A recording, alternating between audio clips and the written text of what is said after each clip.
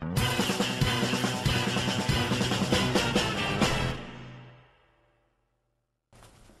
guys, Mr. Dragon47 here. Today I'm going to be talking about some heavy tips and tricks that I've learned. And here's the first, and probably the biggest and most useful information about the heavy. M2 is your best friend. If it was not for M2, you would probably die a lot. Now, this does pertain to brass piece heavies, but not so much. Because, unlike a minigun or a Tomislav, I guess, you can't turn the corner while you're spinning the minigun up. It just takes too much time to do that. Now, it's even faster with the Tomislav than it is with the minigun.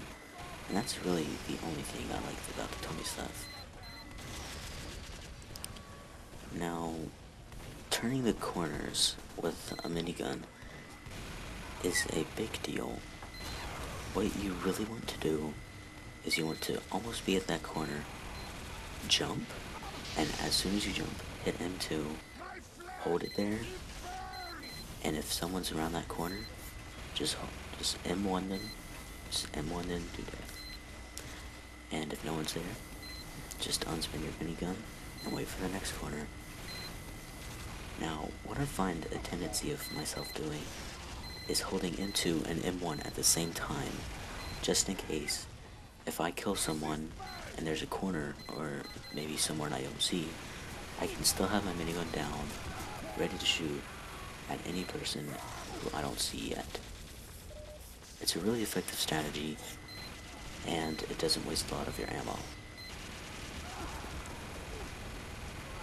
Now, other weapons used by a lot of heavies, like I'm using now, is the minigun, sandwich, and killing gloves of boxing.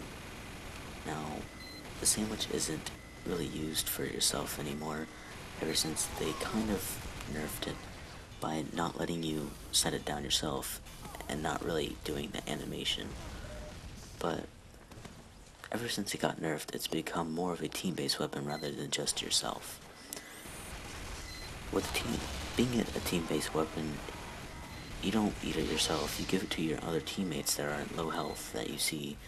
You're like, oh here, have my sandwich, and just throw it at them. That's mostly what the sandwich is used for nowadays.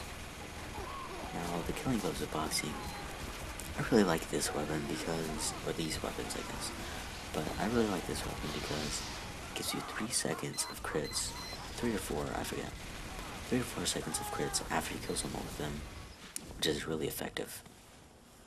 Especially if you can kill someone, change to your minigun, and then just wipe out a few people. Now, I think that I find myself doing, and a lot of heavies doing, is not moving your mouse fast enough. Now, you may be thinking, like, what do you mean by that? I think I move it perfectly fine. But what I'm saying is, like, left to right. Because there was one point in this video, which I didn't put in because I was too embarrassed to, because it was terrible. But there was a pyro, who is an ultimate noob, by the way.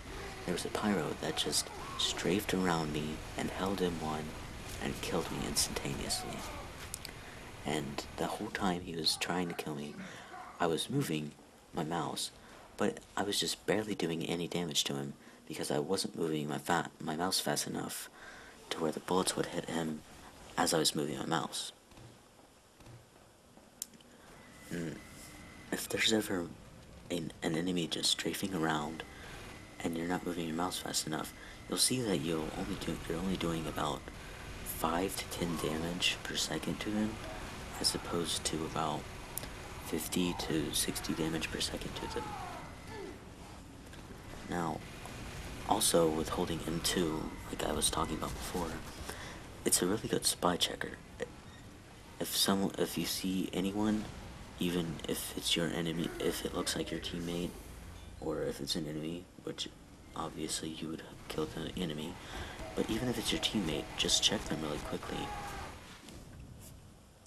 Because there's no such thing as too much by checking. Now, a weapon that I would change for the killing gloves of boxing is the gloves of running urgently. Because if you're in a sticky situation, you can switch to your gloves and just run away from the situation.